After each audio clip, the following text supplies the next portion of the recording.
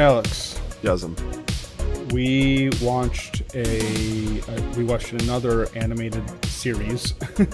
A complete animated, non-Japanese, non-French. I actually watched another French animation recently that was pretty disappointing. Yeah. Oh. It's called, quick review of Sirocco and the Kingdom of Wind. What's going on here? Where are we? We're in the Kingdom of Winds.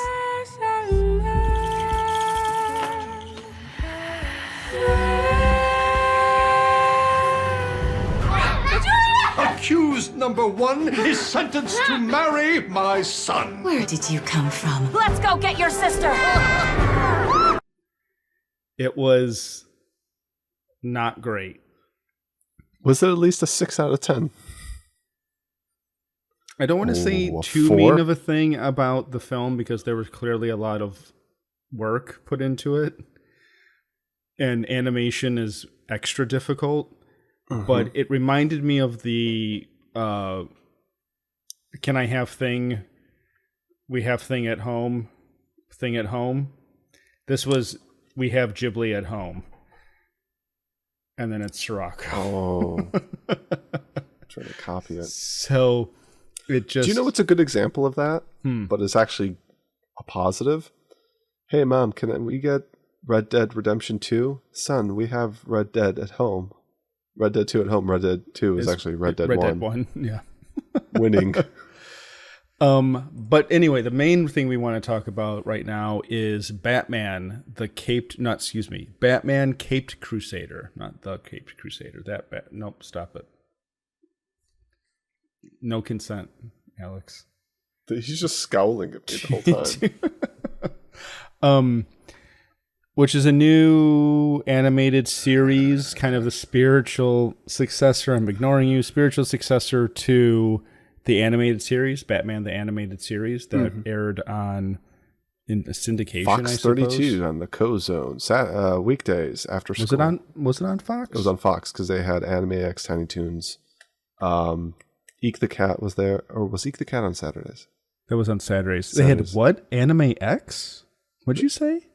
Animaniacs. Animaniacs. There we go. It took me a minute. I was like, what the fuck? Tiny Toons, Animaniacs, Batman. Animaniacs wasn't on Fox? I thought it was on Fox. Animaniacs was on the WB. They were a WB thing. I think it's kind of what they replaced. They replaced Looney Tunes with that. I think they eventually went to the WB programming block. Yeah, you're right. Fox Kids block before moving to the WB in 1995. Got it. Okay, so I'm not completely crazy, but you are right. I mean, you were dead on. You were right about everything. I know you're not used to hearing that. I was a very husky boy who sat on the couch many hours after school. Mommy, I suck. The Batman the Animated Series is a beloved iteration on the Batman mythos and the Batman characters, and to this day is still regarded as one of the, if not the best, cinematic motion picture adaptation of Batman. A true 10 out of 10, if you ask me. Mask of the Phantasm, which is the cinema release, don't watch the one with Mr. Freeze. Is still considered to be, again, one of the better iterations. Roger Ebert and I think it's Siskel and Ebert both were like, hey, this is like one of the best Batman films ever made. So they actually did a special, I think, where they were like, we didn't go see it in movie theaters because we were like, oh, it's a dumb Batman movie. So and then rented it from Blockbuster. Yeah, they rented it from Blockbuster, and we were like, we're sorry that we slept on this and you should all go rent it. Yeah. That's a scene from Batman Mask of the Phantasm, a Batman animated feature that was made in 1993, and Roger and I never reviewed it, and as far as I'm concerned, we made a big mistake because it's terrific. I enjoyed it more than the current Batman adventure that's in theaters, and I kind of like that picture. I think that the day is coming, and it's also happening with the Disney pictures, when adults are realizing that animation is not limited to an entertainment form for children, and that animation can do some things live action can't do. And I'm sure that the filmmakers were like, what the fuck? Yeah. Like, you could have done this and driven some views, because I think it probably bombed. in theaters. A lot of animation bombs in theaters. Yeah, because, I mean, at that time period in the 90s, if you were not a Disney film, if you were not an animated film by Disney, you had no chance in hell whatsoever. Like, that was like the era of like Cats Don't Dance, Rockadoodle. What else was around that time?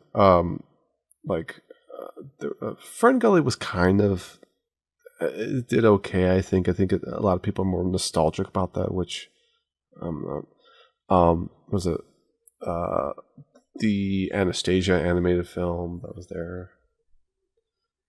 Yeah, there's a point where in the review, Gene Siskel apologizes for originally overlooking this film, and Roger Ebert reflects on how it made him realize that animation isn't just for kids.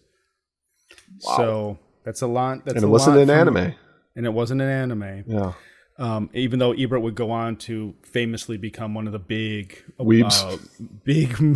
mainstream critics who championed anime in the United States, and we were better off for it. Yes, we are. It also, anyway, what was great about another thing about the anime series, it also used the original theme composed from the was it the '89 Batman? Oh, I don't know. Film. I think it was like a different variation of that main theme, like the dun dun dun dun that they used for the anime series. Mm-hmm. Sorry. I like how we just want to keep talking about the animated series so we don't have to talk about this new one. So recently, this is Amazon, right? Amazon, is it? Yeah, it is. Yeah, it's Amazon. Amazon released Batman Caped Crusader, a 10-episode, about 25 minutes an episode series. Mm-hmm. That is in the vein of the original. It's not a direct sequel. Yeah, but it is very much the same style, same kind of Art Deco, art design. Yeah, all that 30s, kind of 40s stuff. Time period. That because Gotham, even not to keep comparing it, but I think that's a problem that's going to be for any reviews of this series. The animated series also had that 1930s, 40s type of look to it, even though they ended up having like, jet rockets and robots and supercomputers and stuff. And Batman's driving a vehicle that in no way, shape, or form should even exist around that time period. But it's set in its own like special timeline. And it works. Mm-hmm. Yeah. But we're talking about the Caped Crusader. But the Caped Crusader is the same motif. Everyone knows who Batman is. The major controversy here, like it's all just it's the usual. Batman's solving cases. Batman's going up against the usual Gotham villains, with some adjustments, a little bit, some bigger than others, and like the one guy, rogues gallery. There's a couple of lesser known. There's one villain I had to look up because I had no idea who he is. The one with the bullseye mask. Yeah, I had Onomatopoeia. Yeah, I had no idea. Did you know who he was? Very little. Okay. Like I remember seeing something about him in a comic one time, but not too much about him. So I feel less guilty that I had no idea. It was kind of like Captain Condiment, Calendar Man. It's like. So yeah, the big controversy, of course, is that Penguin has been sex swapped to be a woman. Very large woman, too. Very large, very butch lady. Oswalda Cobblepot, I believe it was. What did you make of that? Give me that! Taking too long. I was confused as to why they did that when nobody else in the series had that happen. Yeah, the big changes are Alfred is fat. I had some issues with the Alfred character. So there's Alfred is fat. Very rotund. You look like Mr. Belvedere. Police headquarters? You think someone inside the department is covering up these explosions? It's Gotham, Pennyworth. Does the corruption really surprise you? what's his name? Gordon and Barbara, Commissioner Gordon and his daughter Barbara are black. Matt Reeves is a producer on this. Yeah. He also did the Batman with what's his name, and casted Jeffrey Wright, is that his name? As Gordon in that. Which was one of the more inspired casting choices in that film. Yeah. So yes, I fucking got it. Good job, Jeffrey bro. Wright. Yeah. Nice, look at you. That's an Alex move. Yeah, I mean, like, I could really care because we all remember from the original Batman movie, Lando Calrissian is Harvey Dent. Oh, okay. Yeah. See, like that. I didn't. It's funny. I keep shrinking. I need a new chair. Oh God, it's slowly going down. It didn't bother me that Penguin was female, but it was confusing as to what the motivation to do this was. It was pretty inconsequential. Yeah. It was the first episode too, which, I mean, after it's finished, it's like, okay. I mean, the thing about the first episode, I guess this is going to have spoilers or whatever. The thing about the first episode that like really caught me off guard more so than female Penguin was the way she had no problem murdering her own son. Yes. Like that was... And there were children too. Yeah, that was like very like, oh, wow, that's fucking dark. Mm-hmm. And especially the way it was done too. Yeah. It's just like very mobby. Well, obviously mob. Super weird, super creepy. But also like B-movie-esque, you know, like it just seemed a little too much for the Batman Caped Crusader animated series, but who am I? It's like there's no blood in this show, even though there's death. Mm-hmm. It's not like the Spawn cartoon, you know. That's a superhero that needs he needs some redemption. Get him away from Todd McFarlane. Yeah, Minnie Driver. I love the way they were like, oh yeah, Minnie Driver's in the series. What does she do? She voices the Penguin. They're like, what? Okay. I like how as a one-off, classy our Penguin. Yeah, Burgess Meredith Penguin. And then we've got whatever's happening here. Like, why? What did they really think was being accomplished there? I don't know. Well, which is like I said, like, okay, that was a one character that had something that drastic change, and you're just like, why even bother? So now, if you made the Penguin look as studly as like you know Harvey Dent or something like that, then that would be even more of an interesting decision. What did you think of Harvey Dent? Because he actually has an arc throughout the entire. Yeah, he kind of does a little bit in the beginning, a little bit in the middle, and then the final two episodes are pretty much the Harvey Dent show. Quite frankly, right. I liked that because in the first 2 or 3 episodes, Harvey Dent is just like a scummy district attorney. Yeah, corrupt. He's portrayed as being just very corrupt. Yeah, and then he starts to be. He gets a conscience a little bit. And then he pays for his conscience and becomes Two-Face. Spoilers. Yeah. Harvey Dent's Two-Face. Yeah. And but even on his right side, though. Did you know it was on his right side rather than his left? Because it's always on the left side. Oh, yeah. Now that you mention that. Yeah, because I was just... And it was just like his face just like melted instead of like an actual like color distortion. I was fine with that. Yeah. That it didn't need to be as theatrical as the original Batman the Animated Series. And I thought that the Two-Face in The Dark Knight was way too much. With his like, or he's got leprosy. Yeah, it was just like he had like the like Burn exposed victim. eye without an eyelid. It's just like that. I'm pretty sure the hospital would not let that go. Yeah, that's a poo poo on Chris there. Yeah, he went a little too far. So, stuff that did bother me was. The one thing that bothered me the most was not Barbara. What's her last name? What's Gordon's last name? Oh, Barbara Gordon. What's Gordon's first name? Jim Gordon. Jim, thank you, dear Lord. It's Gordon. Father of Barbara Gordon. Gordon, father of Barbara Gordon. Public defender. She's a public defender in this. Right. I mean, like, she's kind of like girl bossy, but it's not too much.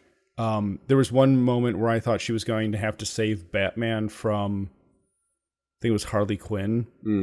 And then she really doesn't. She's kind of useless. And then Batman has to save her anyway. Like, my whole thing during all of this, ultimately my feeling is I didn't hate it. And a large part of that is because Batman himself is not dismantled or inept or neutered. Yeah. Bruce Wayne is still Bruce Wayne, and he is treated with respect, and Batman's treated with respect. His character is unblemished by this show. The only thing you could argue is that while he was not saved by a woman, he was saved by a little girl at one point towards the end of the series. And I was like, So that part, that makes a lot of the other stuff palatable. Barbara's doing stuff didn't bother me. I didn't like the other female, Montoya. The female cop, Montoya. Yeah, is she in the comics? She is in there. I think she's a detective in the old series, the previous series. She's just a regular rank and file officer, I think. Gotcha. I don't remember the Flash character. In the series, I mean, Bullock has always been kind of Bullock, the same kind of like I'm a bought and paid for kind of corrupt cop. There was a lot of emphasis in this series about Rupert Thorne and kind of going back to how there's not just the villain, like the cavalcade of villains. There's also just a regular rank and file mafia kind of guys, organized crime that exists, because you got to have somebody fill up Blackgate prison and stuff like that. Not everybody can go to Arkham. So this is the old Montoya. That's the old Montoya and the old Bullock. Yeah, but Bullock wasn't a bad guy in the animated series. He was just not pro Batman. Yeah. He wasn't dirty. Yeah. There might have been something, maybe one or two episodes had him doing something, but not where he's just consistent throughout. Or trying to kill people. Yeah, exactly. Yeah. Bullock was more like, I'm just out there to save my hide, but I'm also not going to get it. Very low roof in that car. I'm not going to get myself in trouble in a situation where I have to do something like that either. I also think that did that say fat? Hold on. Yes, it did. Well, I was going to say, she's built like a nose tackle. Something that you mentioned. Okay, yeah, I want you to mention this. I think it was the art style. Okay, yeah. You said everyone in this show is very wide. They're so wide. Why are they? They're all like. They are. Oh my god. They are very wide.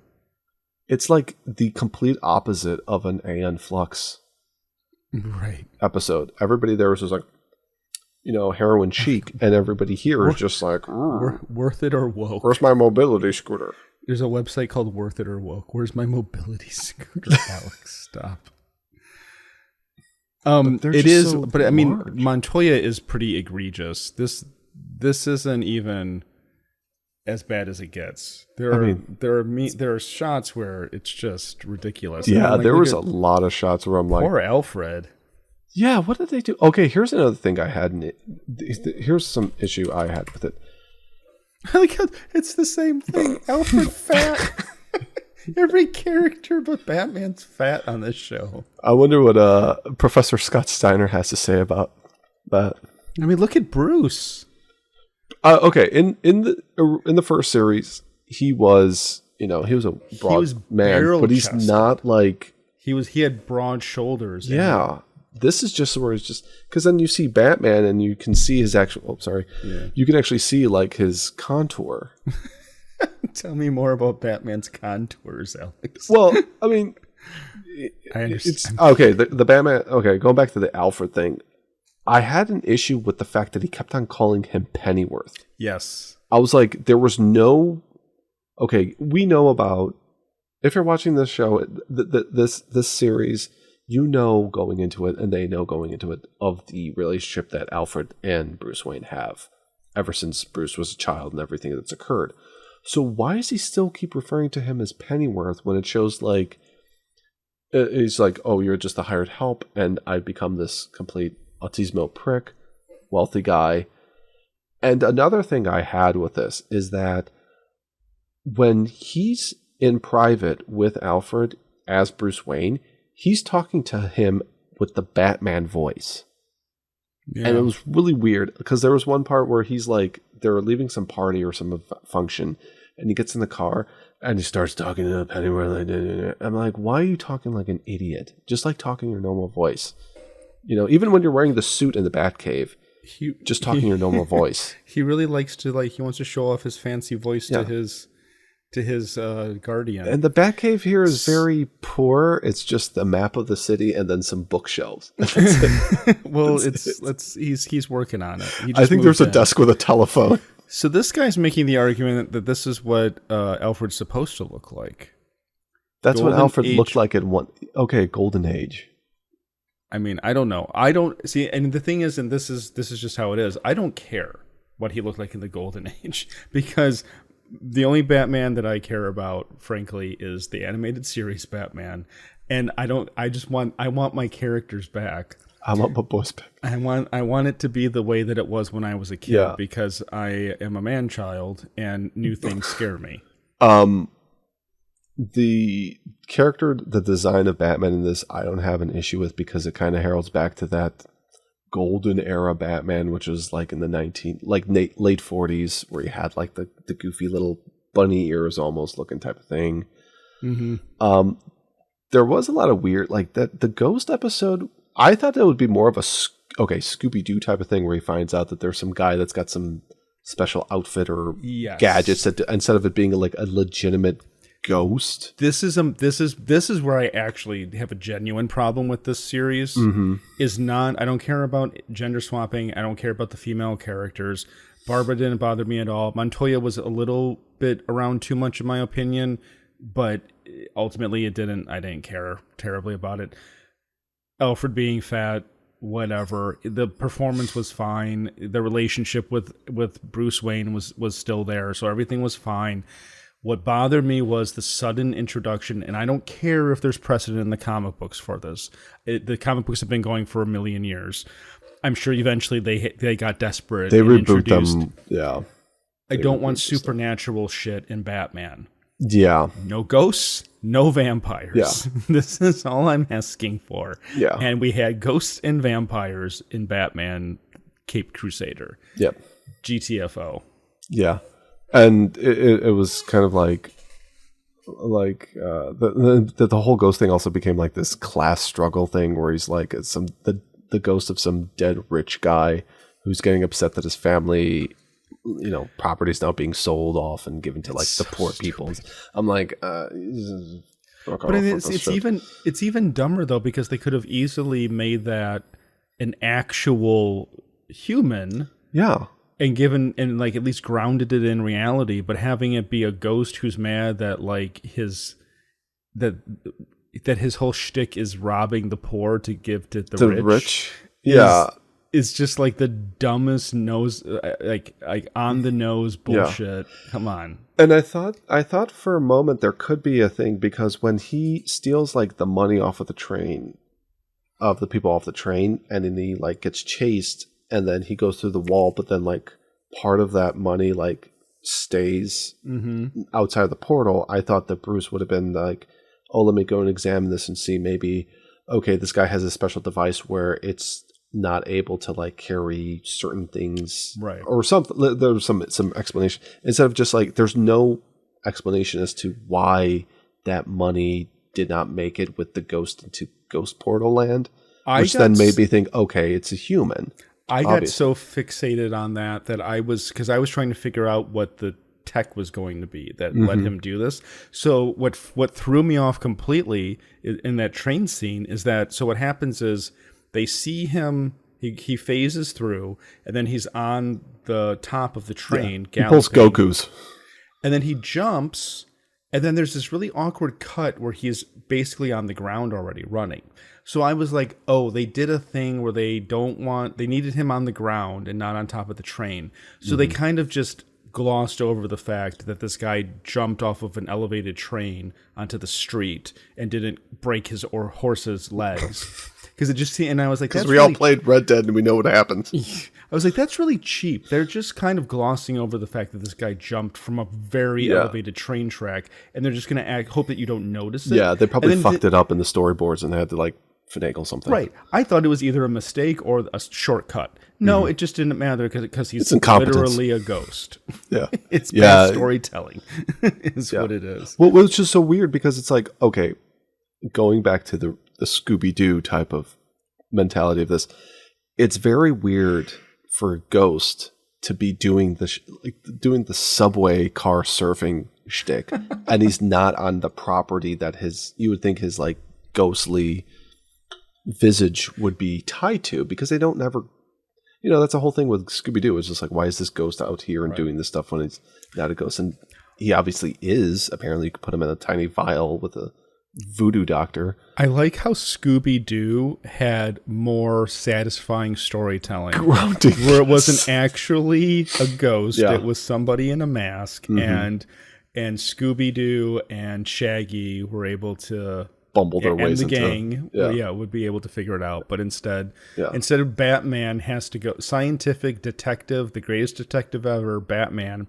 has to go get help from a voodoo guy and explained how to trap a ghost. Yeah.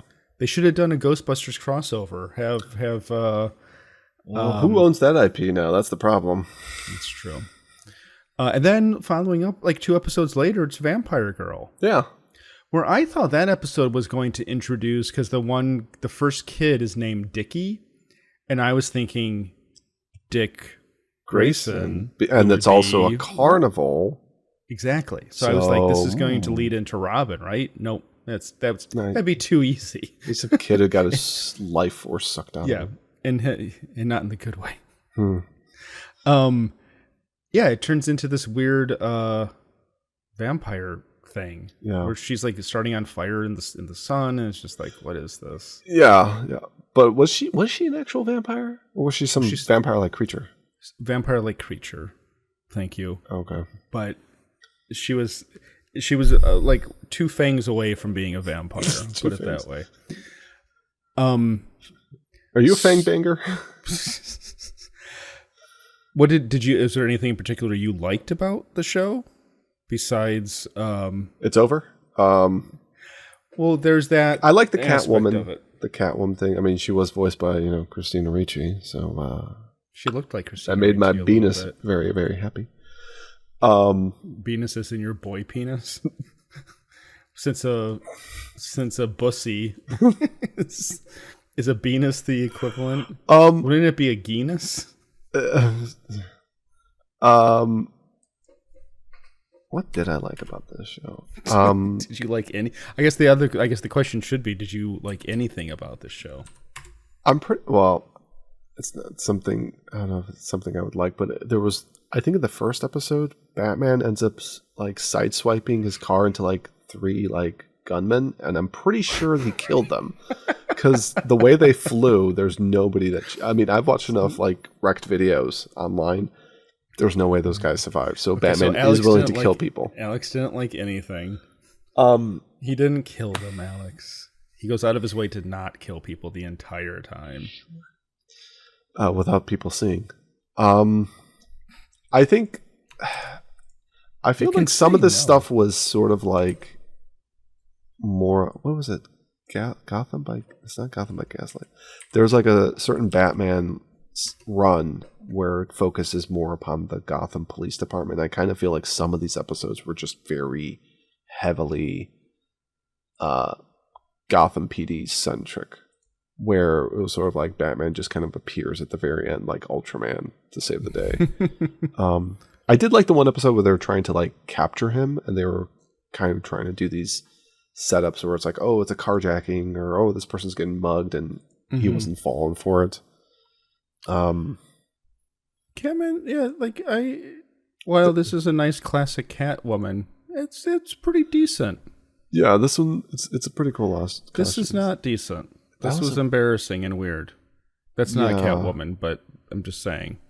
That's this whole episode was when I was literal Harlequin starting to get nervous about where the show was going. Yeah, to be completely honest, I was like, "Oh, is there going to be pegging involved?"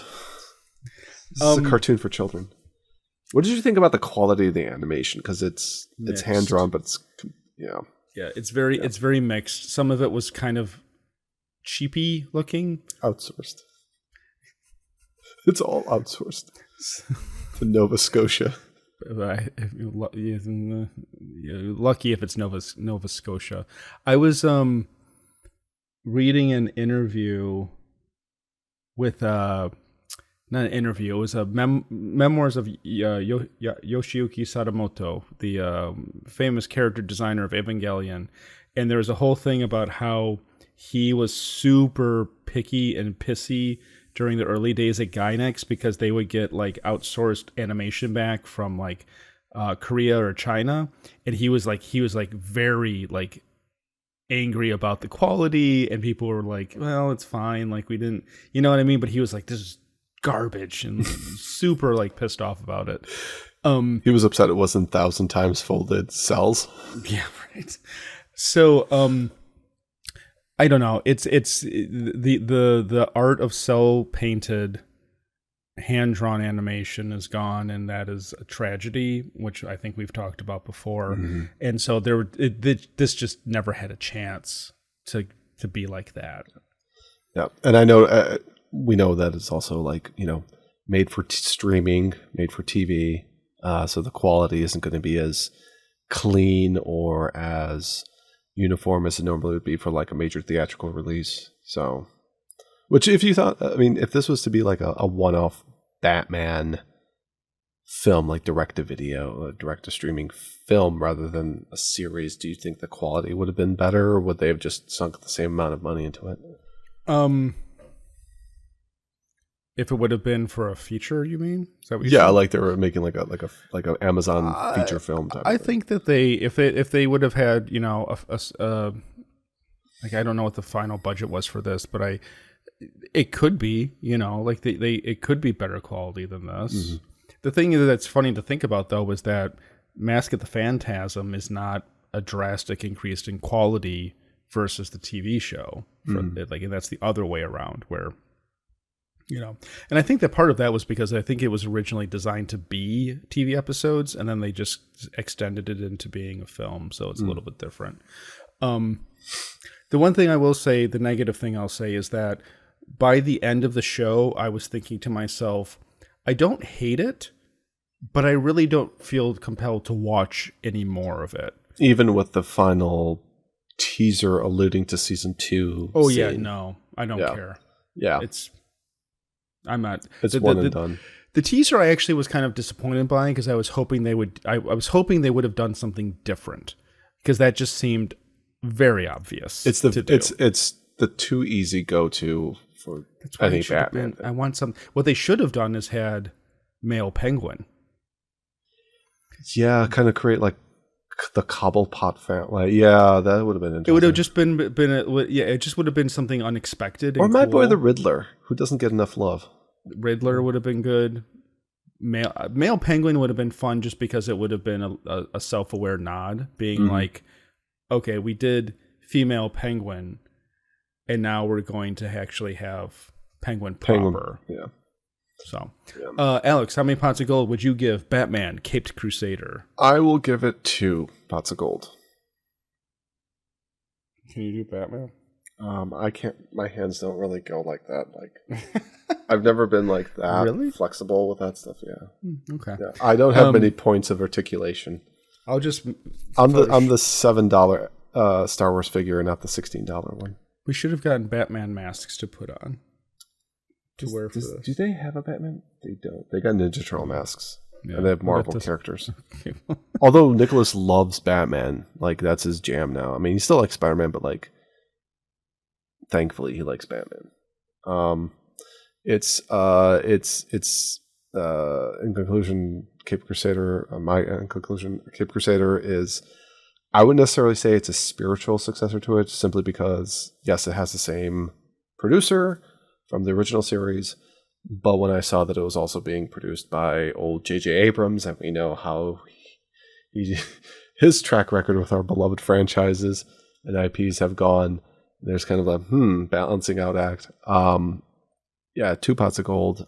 If you're interested, if you like it, if you like Batman, you can go ahead and watch it. But I don't think it's a spiritual successor. I just think it's another Batman animated series, really more than anything. I'm surprised that you said 2. What did you think I was going to say? I thought you were going to go 1.5, if not 1, because since you couldn't muster like really anything positive to say. No, I mean I would say it's competently done, because I think they do have Bruce Timm doing it. I don't know. I mean, Paul Dini wasn't involved with this in any shape or form, but I don't know. I think it's also trying to recapture something, 30 years after the fact, Well, I mean, I will say this in its favor, it's a hell of a lot better than X-Men 97. I haven't even watched that, so I didn't even bother really. I watched enough of it to know that it wasn't for me, and that's fine. But I just knew that in terms of like, I couldn't get through X-Men 97. This I could watch the whole thing and generally have a good time with, and appreciate what it was doing and not be totally turned off by the changes it made. X-Men 97, I was like, and it's the funny thing, like the Batman animated series, I think is a superior series to X-Men. Yeah. Oh yeah. Yeah. X-Men was kind of, you could tell there was a lot of outsourcing of production in that. It was just like a kind of like a kitschy, immature comic book series, but it's look fond memories of. But Batman the Animated Series was just a beautiful cinematic series. Yeah, it was a weekly half-hour cinematic experience for boys and girls, and it was just mature enough. Mm-hmm. It was just enough for like as a child to be like, oh, that's something's different about. There's a lot of different themes and stuff that you don't necessarily see while watching, Darkwing Duck or something. So the best thing I can say is that it made me want to watch the animated series again. But before that, I have to give my review. I would say 2.5 pots of gold. I think that there's stuff to appreciate. I think that it was a sincere effort at doing something and twisting it just a bit to modernize it for contemporary taste and all that fun stuff that everybody has to do now. But it wasn't egregious, and it was, I think, done with finesse, and subtlety, which I appreciate. It's not a burning train wreck. So it's not a burning train wreck. So 2.5 pots of gold. It's practically a 3 in modern times. So yeah, only a 6 at IGN though. If you're a Batman fan, I definitely suggest give it a whirl. Your mileage may vary, but not the worst thing you can spend a couple of hours watching. It's only 10 episodes; they're like 25 minutes each. It's crazy to think. Also, now going to that comment, it's crazy to think how a full season now is only like 10 episodes, or in some cases 8 episodes. Right. It's back in, we used to have 22 and 24 episodes, where I think with Batman season 1, I think is like 47 episodes long. Yeah. It's crazy. And they were just pumping them out, and you look at the story, you look at the score, the animation quality, you're just like, how did they do this? There's all this black magic. It's hilarious to me. Batman the animated series, number of seasons 2, number of episodes 85. 85, yeah. And then I think in season 3 it became Adventures of Batman and Robin, and then the 4th season it was some sort of, they started tying it in with like the Superman cartoon, and The animation. There was a video I watched on YouTube about why does the animation in season 4 of the Batman, and it was still part of the Batman animated series, changed so drastically. Like the character designs were totally different. It was more in line with the Justice League cartoon. Yeah, there was the new Batman Adventures in 1999, and then Batman Beyond, which I think is a direct continuation. Yeah. I really liked Batman Beyond. I know a lot of people really disliked it because it was somebody else taking on the Batman mantle. Yet Bruce Wayne's still there, but it's like, yeah, but Bruce Wayne's like an 80-year-old man. Yeah, it seemed appropriate. I enjoyed it. One of my favorite episodes in that one is where Terry McGinnis, who's a new Batman, has to fight this character called like Whisper or Silence or something. It was a guy who has this suit that can basically nullify sound waves. So the whole thing is just your audio. I think there was a disclaimer in the episode that says like there was a segment of the show you're about to watch that like there's no sound and it's purposely made no sound. Please enjoy the show. And there was thing where they're just fighting each other, and it had its cool moments and stuff. So all right, everybody, check it out and tell them Coach Doom sent you.